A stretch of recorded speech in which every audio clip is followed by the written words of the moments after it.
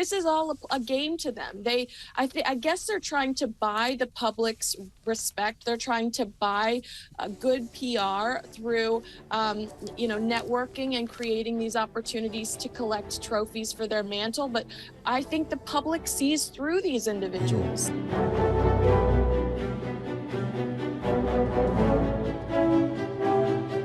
Because Prince Harry is back in the news. He's won an award which was set up to honour a war hero, and there's quite a lot of people in America who are not very happy about it. Kinsey, a very good morning to you. Welcome. Good morning to you, Mike. I mean, yes, there are a lot of people that are unhappy about this Pat Tillman Award, to the point that there has been a petition started. You're even seeing the SB's own, ESPN's own, Pat McAfee tearing into Prince Harry and ESPN over this award. On the Sussex's website, it says, among the esteemed recipients is Prince Harry, the Duke of Sussex, who will be honored with the Pat Tillman Award for service. This accolade celebrates individuals in the sports world who have made significant contributions to others, echoing the legacy of former NFL player and U.S. Army Ranger Pat Tillman. Well, this announcement did not impress one of the strongest and bravest women in the United States, Pat Tillman's mother. Wow. Mary Tillman told the Daily Mail, I am shocked as to why they would select such a controversial and divisive individual to receive the award. And she says there are other people that are more deserving, that could utilize this platform to create wonderful opportunities for themselves. She feels like Prince Harry is privileged, and that ESPN made a mistake here, Mike. Harry left a life of service to chase fame, to chase money in Hollywood. So a lot of people are having a hard time putting these two men in the same category. Right, and this is despite the fact that Harry kind of always hangs on to the whole Invictus Games thing and says, I do all this stuff for veterans. We know in this country an awful lot of those who served with Harry have kind of disowned him because of the way he's behaved, because you can't do what he does and do what he did and write the things in his book that he wrote, where people won't go, well, you've kind of let the side down here, haven't you? Right. I mean, I think that the Invictus Games is an incredible cause, but it's a cause, if we're going to be honest, that was created under the royal family umbrella. This is not Prince Harry's and Prince Harry's alone. And ESPN employee Pat McAfee on his show, they described this nomination as probably the most embarrassing thing they've seen in their entire lives. ESPN employees, the ESPYs are a part of ESPN, and McAfee questioned whether the ESPY Awards Committee even did their due diligence in their candidate search in the first place. They felt like any criticism, they said, that Prince Harry receives, he should expect that it would be coming based on his actions over the last few years. Well, there's now a petition circulating, I understand, to try and, remove Harry's name from this award. And one of the people who signed the petition said he publicly disrespected his family, ran away from service to his country as a royal. He is unworthy of this award.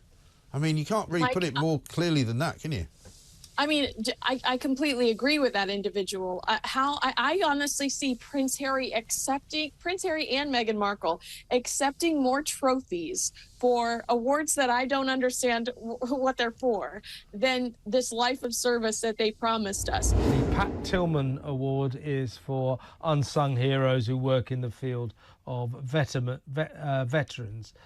This year's winner is Prince Harry, for his, and I quote, tireless work in making a positive impact for the veteran community through the power of sport with his Invictus Games. Now, Mary Tillman, who is Pat Tillman's mother, is furious. She's saying, why are you giving it to this guy, this divisive and controversial guy? Why don't you give it to someone who's not rich and famous and doesn't have loads of famous friends, who doesn't decorate this awards ceremony with his celebrity, the kind of people who are supposed to award this. She's come out four square and says, I do not want Prince Harry to win this. Now, in terms of Prince Harry, if it was me, I'd be thinking, hang on a second, proud to receive this award, but I don't want to offend the mother of the hero, the dead war hero it is named after. She doesn't want me to accept this. If I was Harry, I'd be thinking twice about it. And you think about Prince Harry, who left a life of service, to chase fame and money, following his actress wife. A lot of people, I mean, the majority of people, there's a petition that's been started, do not want these two men in the same category. They're angry about it. Even ESPN's own Pat McAfee, he's one of the highest paid commentators, show hosts on ESPN. He's spoken out against it, describing Harry's nomination as probably the most embarrassing thing they've seen in their entire lives on his show. He also questioned whether the ESPYs, their committee, did their due diligence, did their homework on this candidate in the first place. He said this is going to get a lot of criticism, and good. He said they deserve it. Yeah, I mean, I don't want to denigrate Harry's service to Britain, to his country. He served with distinction as well. And that's why I think some would argue, I might be among them, that he should show respect for his fellow fallen soldier, Pat Tillman, whose mother doesn't want Harry to pick up this award. And if he doesn't show respect to Mary Tillman, if he does pick up this award, he'll effectively trample all over her wishes. That's not a good look, is it? Prince Harry, don't accept this award. Reject this award and respect Mary Tillman in the way we did not see you respect Queen Elizabeth and Prince Philip in the last months and days of their lives. He trampled all over those two individuals, towards the end of their lives, continued to spit out venomous stories about the family, made their lives a living hell. Yeah. Show some respect for your elders. Show some respect for people that have contributed more to this world than you have. And that's Mary Tillman and her family. She sacrificed her son. She sacrificed her sanity. Yes, indeed. As I say, respect to Mary Tillman and to her son. And some might argue that Harry is not showing respect to them. I mean, if the mother doesn't want you to pick up the award, don't do it. And there's been a petition that's circulating online, thousands of signatures for people saying that Prince Harry should pick up this award. And Kevin, if you look at this from a Hollywood standpoint, it just looks like Harry and Meghan trying to change public perception through PR, through a publicist or whoever's pitched Harry for this particular trophy. And people see through this. People see through Harry and Meghan, their vanity.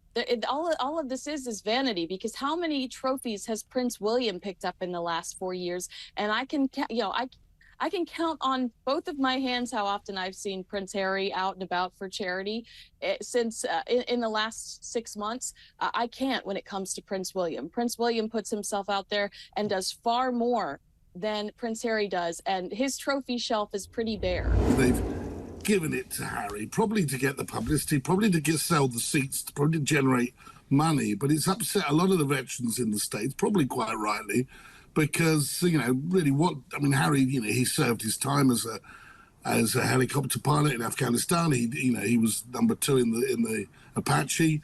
But to start talking about legends and all that, it's a bit much, I think, and it's upset a lot of the veterans over there. And I was listening actually to an Australian guy that had sort of flown over like 500 flights. He was an older gentleman, but and it was online, and he was using a few expletives because he was utterly furious about it. He was a Commonwealth pilot, had flown, I think in Korea or something, and was furious about it. So I mean, I get that, and also it tends to just continue the argument. I mean, you're right. They've probably done it for publicity, but it just gives more noise, doesn't it, to Harry and Meghan and that whole sorry saga. We seem to sort of settle down a bit. And also, by the way, in his book, he gave away stuff that really upset the army and the people that he'd served with, and it's not a particularly good look, is it? Sussex.com has announced that Prince Harry is to receive a new award, adding to that large trophy mantle that Harry and Meghan Markle have in their Montecito house. The website says among the esteemed recipients is Prince Harry, the Duke of Sussex, who will be honored with the Pat Tillman Award for service. This accolade celebrates individuals in the sports world who have made significant contributions to others, echoing the legacy of former NFL player and U.S. Army Ranger Pat Tillman. You know that other people from ESPN have spoken out, and now Pat Tillman's mother Can you tell me your first reaction when you heard about Prince Harry receiving this award? He does seem to be getting more awards than anybody else seems to be getting. And you go, how? Because we're lucky sometimes if, people go through in your Tinseltown desperate for that one coveted Oscar. But he does seem to be getting more than his fair share. Now, it might be done with all the best intentions, but it does seem, okay, he served in the army. He also served in Afghanistan. And bearing in mind that Pat Tillman served in Afghanistan as well. So there is a link there. And the one thing Harry did do, and okay, we got some of the gory details of what he did, which upset service personnel in the book Spare. So I can see, yes, why, and the Invictus Games is a very significant development and has been well received within the service personnel around the world. So that is important, but it just unfortunately feels, I can see where Pat Tillman's mother is coming from, because there would be other people as well. But it is interesting, I believe Serena Williams, obviously my tennis connection here, is going to be presenting the award. And obviously she is a friend of the Duke and Duchess of Sussex. So I hope it's been done for the right reasons. But it just, if you've got the mother of the person who's award complaining, let's be honest, that's not a good look. This is the dichotomy with Harry. He is very good at these things, but sadly his life has changed irreversibly now. Gone to America, and it's a different ballgame. And right now, I think he shouldn't necessarily think that receiving awards when he's trying to re-establish himself in the eyes of not only the British public, but also trying to cement his place within American society. And that's not easy when you're going around still calling yourself the Duke and Duchess of Sussex, and also your children are prince and princesses. This is a new position Prince Harry has found himself in, being particularly loathed so publicly. I think thanks to the palace's PR team, despite some terrible behavior, he was positioned as Mr. Good Time and enjoyed years of soaring popularity that he misjudged as something that he had anything to do with. It was his handlers working feverishly behind the scenes. As the now king inched closer to the throne, they didn't want one son looking entirely dysfunctional. So he was polished up nicely for the papers and rode that popularity wave all the way into the arms of a struggling actress who recognized this relationship as, her big break, the one she'd been searching for her entire life. And so I think you and I think we both watched the Oprah Winfrey interview and questioned its validity at the time, but we were not in a position to say so because of the temperature of the culture. And a lot of us had to sit back and bite our tongue because there were so many really aggressive accusations made. I mean, Piers Morgan obviously didn't get the same memo, but that's why he's a maverick. But this is one of the first times I've really seen so many people turn on Prince Harry, so many people turn on the Duke and Duchess of Sussex. Over 50,000 signatures, asking ESPN to reconsider this award. This has to be a hard time for Prince Harry because he is not being accepted and celebrated truly in the way that he used to be. And I think most of us look at this award and know that this is just these two individuals trying to utilize statues to buy people's acceptance. And I think that we're smarter than that. Yeah, and you would think that as a military veteran himself, that Harry would respect the wishes of Pat Tillman's mother, Mary. Perhaps he still will. I mean, there's a week to go. How many awards did Meghan accept for a podcast that was canceled and slammed by her own network? Yeah, right? exactly. I mean, this is all a game to them.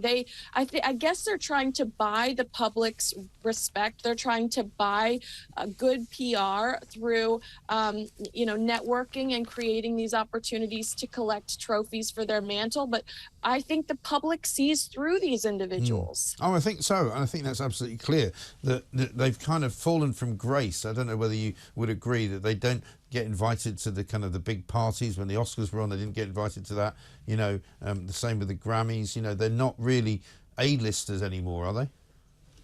I mean, I don't believe so. And you're even seeing reports over the last few days that Meghan is going to have to resort to asking her old Suits castmates to appear on her new Lemonada podcast. Talk about a fall from grace. Meghan Markle didn't give these people her new phone number when she ran off with Prince Harry. So to have to call some of them and say, would you mind appearing on my podcast? That's an act of desperation. Meghan Markle may call on some of her Suits co-stars to help in her new Lemonada podcast. This is coming from Kaylee Cornelius. And she said, initially, we might expect Meghan to call in favors from her remaining friends and work through her network. She specifically mentions Priyanka Chopra, who I don't believe Meghan associates with anymore, who did not appear on Meghan's Archetypes podcast. Other potential guests, Abigail Spencer, who is still very close to Meghan Markle, who was on Suits, Wendell Pierce, who's recently spoken positively about Meghan Markle, who played her father in Suits. I feel like it's a step back for Meghan to call on anybody from Suits to appear on her Lemonada podcast. I think she aspires to be more and wants to be remembered for something else and wants to be this entrepreneur. And Suits is, that is in the rearview mirror. What is your opinion? Well, Suits is being shown over here back now on the BBC. They've paid a lot of money for it. And, and it's doing well. I mean, it's a sort of a glorified soap opera. Yeah. If it did well of its time, it is what it is. And she was in it. She earned a lot of money out of it. But it does feel retrograde if she's having to call on members of the cast that she has, kept very little contact with. And wasn't there that moment of some ceremony when they all thought the Feeds cast were all getting together? And the one who was conspicuous by her absence was the Duchess of Sussex. So if she's going for this podcast, what annoyed that we're doing a podcast, the thing about her podcast that sort of annoyed me, it shouldn't be about her. If you are the interviewer, and this is why, look, I go back to tennis, the Serena Williams one should have been the biggest thing she could have done and really made it a revelation if she tapped into Serena Williams's life story on and off the court. That would have got people listening all over the world. But instead, Meghan couldn't resist making it about her at times. And she did it with some of the other people she had on. What she should be doing, yes, if she's got a very good contact book, then the point is, right, I'm the link. I want you to tell your story and make it about that person. The problem is, I sometimes feel that Meghan can't let go and wants it to be about her. Let's talk about Thomas Markle. We've not mentioned him for a while. And do you want to do this story? What's going on with Thomas Markle? Yeah, so apparently we heard from him when he talked to the Daily Mail around his birthday, but he's also recently spoken to New Zealand Women's Weekly after watching Trooping the Colour. So he watched Trooping the Colour and he told the publication, "It struck me as very sad that Meghan and Harry's kids are being denied the right to know their cousins, who look like fantastic children, or take part in things like Trooping the Colour, which is their birthright." And going on to say that they are inevitably going to ask questions about why they didn't have the life that they see their cousins having, that historically they can see other children in their position having, like Beatrice and Eugenie, they're likely not going to ever take the throne, but they got to be in the mix growing up. They got to roll around with Prince Harry and Prince William and the Easters and all of the Christmases. And Thomas Markle is saying this is their birthright. They're going to be resentful of it. To which I say, I'm very critical of the Markle family, I know in the past for talking, but this coming from Meghan's father is more powerful than any royal expert ever. The accuracy is undeniable. These children are going to resent this. What's the chronology then, Kinsey? Sorry to interrupt. Is it that Meghan invested in this company? I remember it. And subsequent to that, there were complaints that their coffee may have toxins in it, namely, I think, lead.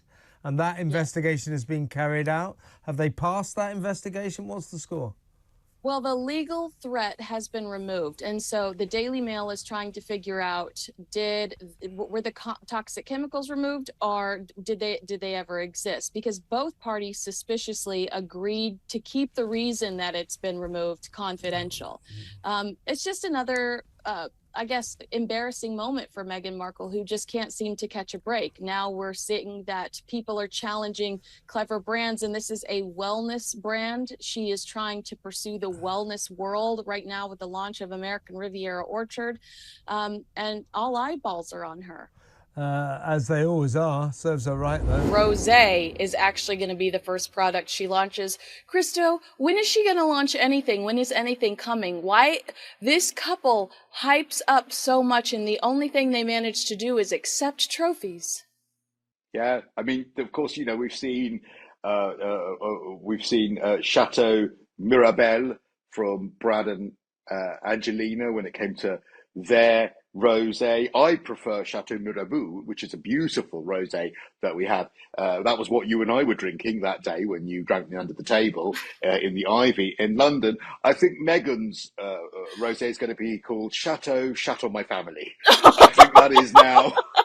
That is an exclusive I can bring you here on Pump Up the Jam. Chateau all my friends and family. And of course, it's going to be the first rosé for American Riviera Orchard. I mean, they could be saying anything at this point, couldn't they? We've had the dog biscuits. We've had the Duchess dog biscuit. We've had the Duke of Delusion. And now we've got the Royal Rosé, or should we say the Unroyal Rosé. The headline was Meghan Markle has wrapped filming her new show. She needs a hit. So the topic is, if this fails, Harry and Meghan, really their reputation is soiled beyond any sort of fixing. And to give you another idea, Business Insider, their headline was Harry plus Meghan equals bad deal. The royal couple is terrible at business. So why do companies keep offering them millions? So the idea is, this is all basically everything relies on this show being a hit, and the show being some sort of vehicle to promote products that are going to be available on American Riviera Orchard.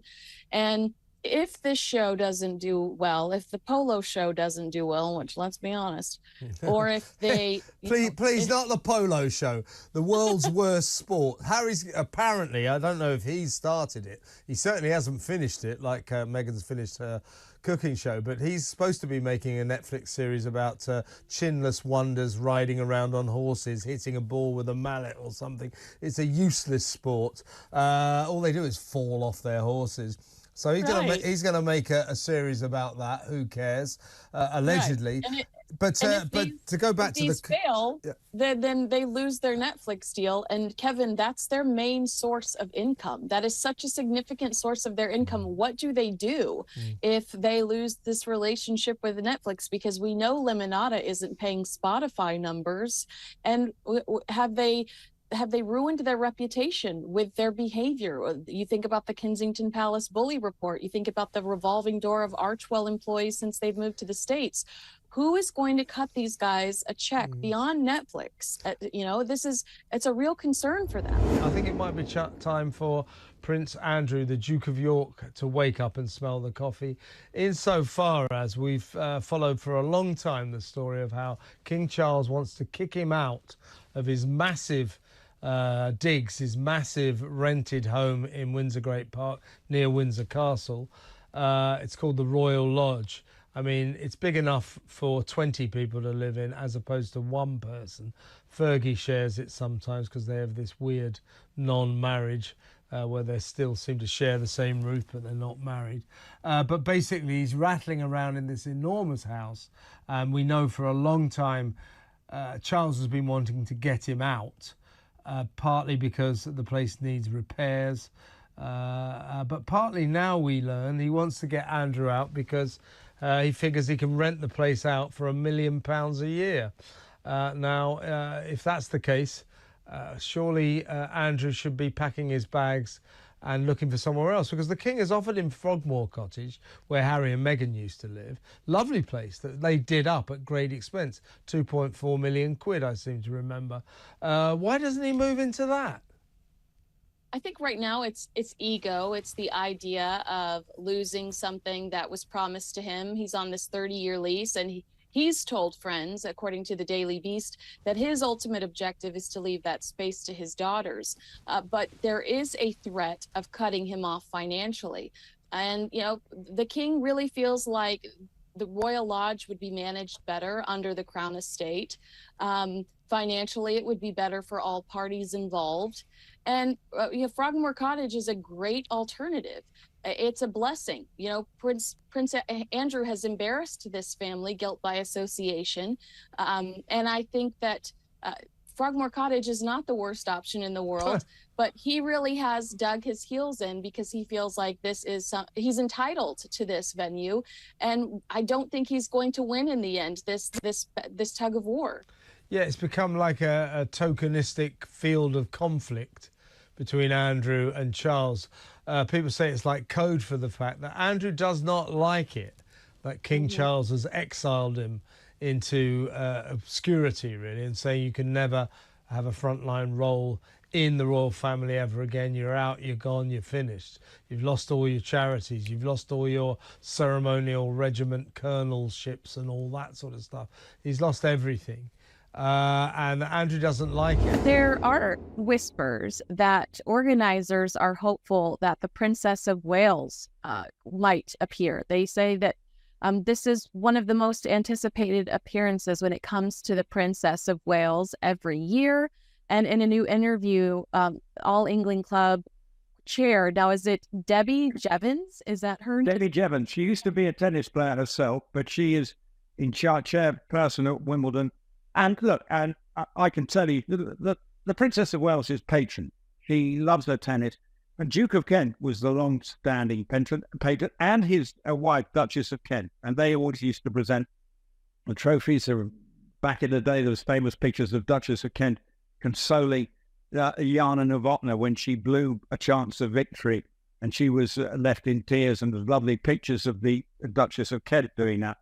But the Princess of Wales is a natural successor in many ways because she loves her tennis, loves her sport, and it's hopeful.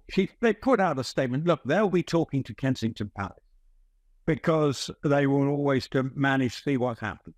And it's a bit like with the King. You know, will he, won't they, will he come out? And everyone will hope she will. It is in that private, public sort of kind of role, a bit like Royal Ascot, which is a private event for the royal family, but let's be honest, it's a pretty public occasion. And the same would apply to the Princess of Wales coming here. She loves her tennis. She wants to be here. But obviously, if she's going to be sitting through a 4-hour match, that might not be so straightforward. So, but I'm sure people would understand if she, you know, she dips in and out. But look, if it's something for only person who will ultimately make the call will be the Princess of Wales. She dearly would love to be here, but we still are none the wiser really of how her recovery is progressing since we saw her at the King's birthday parade at the beginning of last month. Extraordinary news that the Duchess of York, Sarah Ferguson, Fergie, as we used to call her, still do, I suppose, she's revealed she's turned down hundreds of offers to be in I'm a Celeb, but she's desperate to land a role in Netflix's period sex drama, Bridgerton, as I quite keep saying. What does she want to play? Lady Toe Sucker. I wonder how well she'd get on in that. Let's talk to writer and comedian Steve N. Allen. Hello, Steve. Hello, how you doing? All right. Do you think she's right for Bridgerton, Fergie? Well, there are 3 famous Fergies, aren't there? There's that Fergie, there's the football one, and the one from the Black Eyed Peas. And this is the one at the bottom of the list that I would like to see Bridgerton. It's right for relegation, yeah? Yes, exactly. I mean, you're right to mention, I don't think they've done toe-sucking before in Bridgerton. I'm surprised they do that much kissing. During, you know, a period when there wasn't that much dentistry, you wouldn't go in for a snog. And I think before the advent of chiropody, no one was into feet. So she couldn't really bring much to the table. She said she told her agent she wants to be in it. Yeah, I told my agent I want to be on the Royal Variety Performance. It ain't going to happen. Yeah. She would ruin the show, wouldn't she? She's not the kind of princess that they're after. You know what I mean? She's the tabloid story one rather than the fairy tale. Yeah, one. well, breaking news, Steve. I've told my agent I'm available to be the next James Bond, so wait for that to happen. I mean, who does she think she is? She says that she's in talks with her agent to get her on to Bridgerton to have a romance. She wants a romance in this. And we know where that leads. I mean, they don't really have romances in Bridgerton. What they have is shagging. That's about it, isn't it? So, I mean, it's not as though she doesn't have some skill set there that she could bring to the table, I suppose. I love the fact that the phrase that she's in talks with her agent. Yeah, the person you pay to talk to you. It's talks with the producers that you want to be in to actually make something happen. Your agent will go, yeah, sure, I'll get right on it, and then put the phone down and not worry about it. She should kind of know a place. The thing that she's turned down loads, that's the one that she'll get offered, because she's not a talented actor. She's, famous. Can I go a bit further than that, Steve? She's not an actor. Now, back at the 2018 Invictus Games, Meghan Markle told Prince Harry to avoid being photographed with David Beckham. This is apparently what was decided. It's been written in the book, so as you rightly say, I'm sure there will be some lawsuits if this is not true, just like with Revenge. That didn't happen. But David Beckham had turned up to the Invictus Games to show support to Prince Harry, and apparently Meghan Markle had already told Prince Harry beforehand, do not be seen with David Beckham. Now, the reason for this is that apparently Meghan didn't want any competition in the media from David Beckham, but also she thought that Victoria Beckham had previously sold stories on her and Prince Harry, therefore meaning that she no longer had trust for Victoria Beckham. Because I can just imagine Victoria Beckham sat at home going, Meghan Markle is so important in my life, it's so important that I'm associated with her, that I'm going to ring up a lowly reporter at a tabloid newspaper, and I'm going to make sure that they know all the details. Because, Victoria Beckham isn't really famous in her own right, is she? No, exactly. Not a former Spice Girl with a multi-million-dollar clothing line, with a multi-million-dollar now beauty line. But the conversation between Victoria and Meghan was allegedly about beauty advice. And here's what Tom Bauer said specifically: sensitive to the media's probing into her unusual past. Meghan was outraged by the report. This was the latest of a series of nasty revelations by London's newspapers.